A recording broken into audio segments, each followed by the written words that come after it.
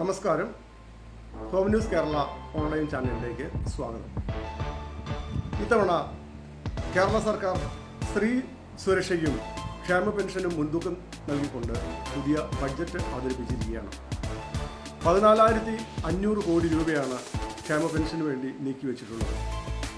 സ്ത്രീ സുരക്ഷയ്ക്കായി 3,820 കോടി രൂപയും ബഡ്ജറ്റിൽ മാറ്റിവെച്ചിട്ടുണ്ട്. മുഖ്യമന്ത്രിയുടെ സ്ത്രീ സുരക്ഷാ പദ്ധതിക്ക് 3,820 കോടി രൂപ നീക്കിവെച്ചിട്ടുണ്ട്. 35-നും 60-നും ഇടയിൽ പ്രായമുള്ള മറ്റ് സാമൂഹിക ക്ഷേമ പെൻഷനുകളുടെ പരിധിയിൽ വരാത്ത സ്ത്രീകൾക്ക് പ്രതിമാസം 1,000 രൂപ ഉറപ്പുവരുത്തുന്ന പദ്ധതിയാണിത്. ഇതിലേക്ക് ഏകദേശം 3,720 കോടി രൂപയാണ് മാറ്റിവെച്ചിട്ടുള്ളതെന്നും മന്ത്രി വ്യക്തമാക്കി. ആരോഗ്യ മേഖലയിലും തൊഴിൽ രംഗത്തും അടിസ്ഥാന സൗകര്യ വികസനത്തിലും വൻ കുതിച്ചുചാട്ടം ലക്ഷ്യമിടുന്നതാണ് ഈ ബജറ്റെന്ന് ബാലഗോപാൽ നിയമസഭയിൽ അറിയിച്ചു.